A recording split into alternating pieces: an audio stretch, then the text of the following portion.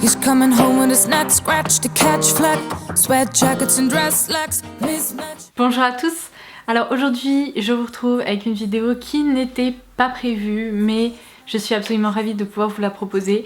Je dois vous avouer que j'ai fait un petit retour dans le passé parce que je vais vous parler des 12, alors là j'en ai que 8 parce que je n'ai pas suffisamment de mains, mais croyez-moi sur parole, 12 nouvelles teintes des Soft Matte Lip Creams de chez NYX viennent tout juste de sortir. Et si vous me suivez depuis un moment, vous devez savoir que ces rouges à lèvres chez NYX font partie de mes préférés. Je les ai découverts en octobre 2014, donc ça commence un petit peu à remonter.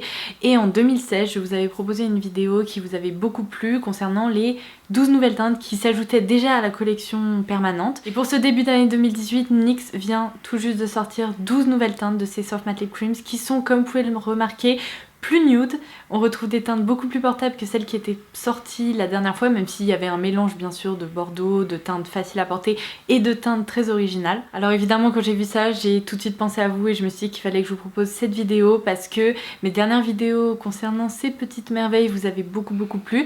Donc eh bien vous savez quoi, aujourd'hui je vais vous proposer des lip swatch, je vais vous parler de toutes les couleurs qui sortent et puis peut-être que vous en trouverez qui vous plairont et vous aurez peut-être envie de craquer.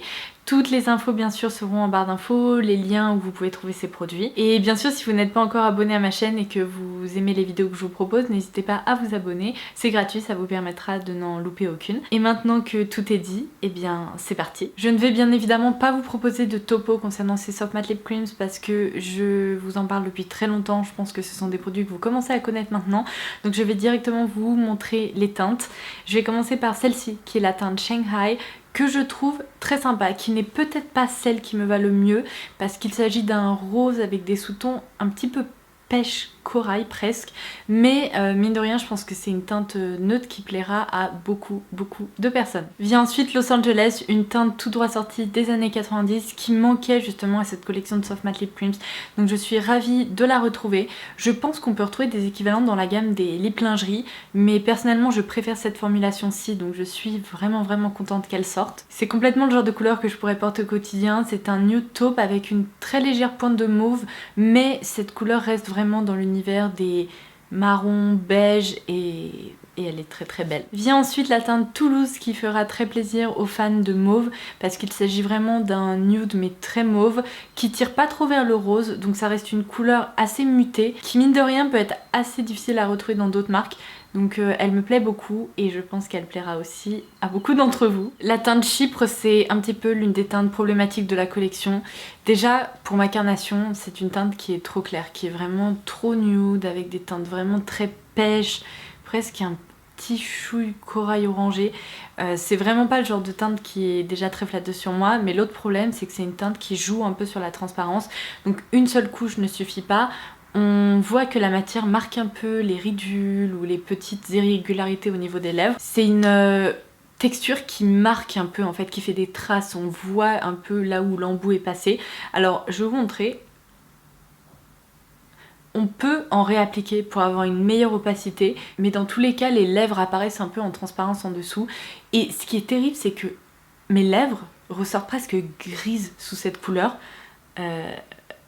C'est pas très joli. Donc cette teinte-ci vous plaira uniquement si vous aimez les teintes peps, assez pastel, mais me concernant même la texture ne m'a pas convaincue. Alors Cape Town, c'est typiquement la couleur qui aurait pu tourner à la catastrophe si elle était un petit peu trop transparente. C'est pas le cas. Honnêtement, la matière se répartit très bien sur les lèvres. Alors il faut aimer ces couleurs un peu café au lait, très claires, assez pastel, avec une pointe d'orange à l'intérieur. Enfin on sent qu'il y a un côté un petit peu plus chaud dans cette couleur.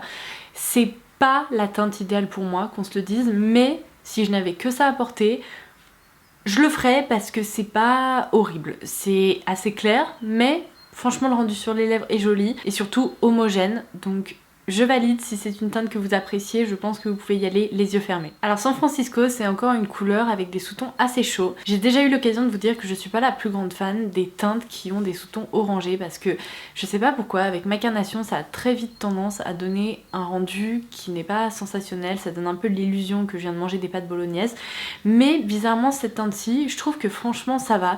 Il y a peut-être un côté presque un peu brique dans cette couleur et ça la rend vraiment intéressante à porter. Le rendu est hyper homogène, très opaque et je suis sûre que c'est une teinte qui va vraiment bien fonctionner. Alors San Diego, c'est la version un tout petit peu plus soutenue de Chypre.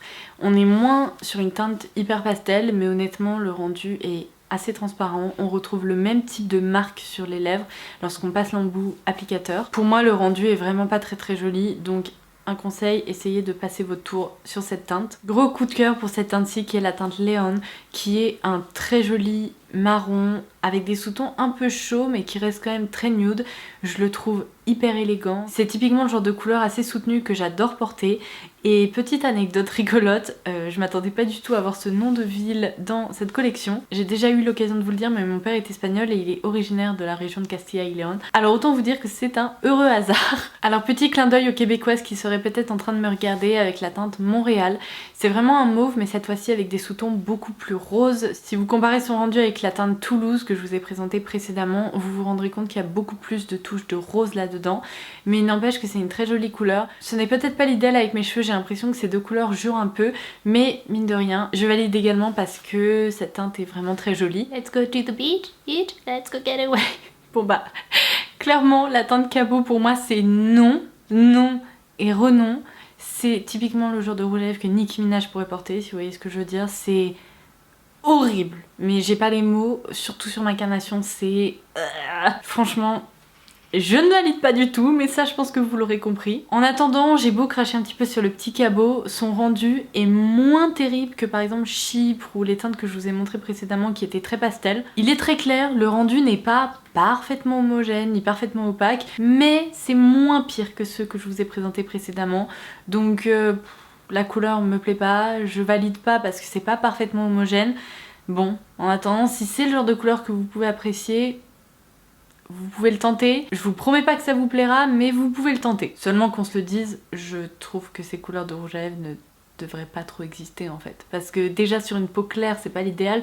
Donc sur une carnation plus foncée, on peut vite tomber dans le mauvais goût. Mais bon, je dis ça, je dis rien. On passe ensuite à Kyoto. Vous savez quoi, il y a à peu près 3 ou 4 ans, il y a eu un été où c'était la folie du corail, mais vraiment. Et je pense que si cette teinte était sortie il y a 3 ou 4 ans, elle aurait fait un tabac. Alors... moi c'est typiquement le genre de couleur que je ne porte pas parce que je trouve que ça ne va pas trop avec ma peau claire, ça va pas trop avec mes cheveux, il y a quelque chose qui va pas. Mais je ne peux pas vous dire que cette teinte est laide, loin de là, elle est vraiment très jolie, c'est vraiment un joli corail avec un petit sous-ton pêche. Le rendu n'est peut-être pas aussi joli et homogène que certaines teintes nude que je vous ai présentées, mais on est loin d'être sur une vraie catastrophe. Et franchement en travaillant un peu la matière, on arrive à obtenir un résultat assez homogène. Donc si ces petits corails vous plaisent, vous devriez vous pencher sur son cas, sinon eh bien penchez-vous sur le cas des autres teintes qui vous ont plu dans cette vidéo. Je termine par la teinte Beijing qui est un vieux rose très clair. Alors il tombe pas dans l'univers du pastel à 100% parce qu'il est peut-être un peu moins blanc en termes de base que les pastels qu'on a l'habitude de croiser. Ça reste une teinte qui est quand même très claire avec une toute petite pointe de mauve je dirais. C'est le genre de rose que vous ne me voyez jamais porter parce que bon qu'on se le dise, ça me flatte pas vraiment, mais je suis sûre que ça pourrait convenir à beaucoup de personnes, donc essayez de ne pas penser aux cheveux et dites-vous que c'est une teinte qui reste quand même jolie. Bon après à voir parce que c'est pas le genre de teinte que tout le monde peut assumer non plus. Et bien voilà, c'est déjà la fin de cette vidéo concernant les lip swatch des 12 nouvelles teintes des Soft Matte Lip Creams de NYX et j'espère vraiment qu'elle vous aura plu, qu'elle aura pu vous être utile. Si je devais vraiment retenir 4 teintes qui me plaisent beaucoup, je dirais Los Angeles, Toulouse, San Francisco et León. Ce sont vraiment les teintes qui m'ont beaucoup plu et qui correspondent à des teintes que je pourrais tout à fait envisager porter au quotidien. Pour les autres, j'ai trouvé des petits soucis à droite à gauche, que ce soit les sous-tons qui ne me plaisent pas personnellement ou alors la texture qui était moins homogène. En attendant, ça m'a permis de vous proposer un vrai tour d'horizon.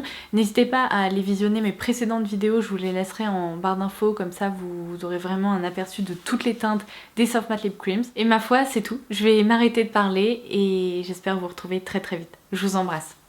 Bye bye.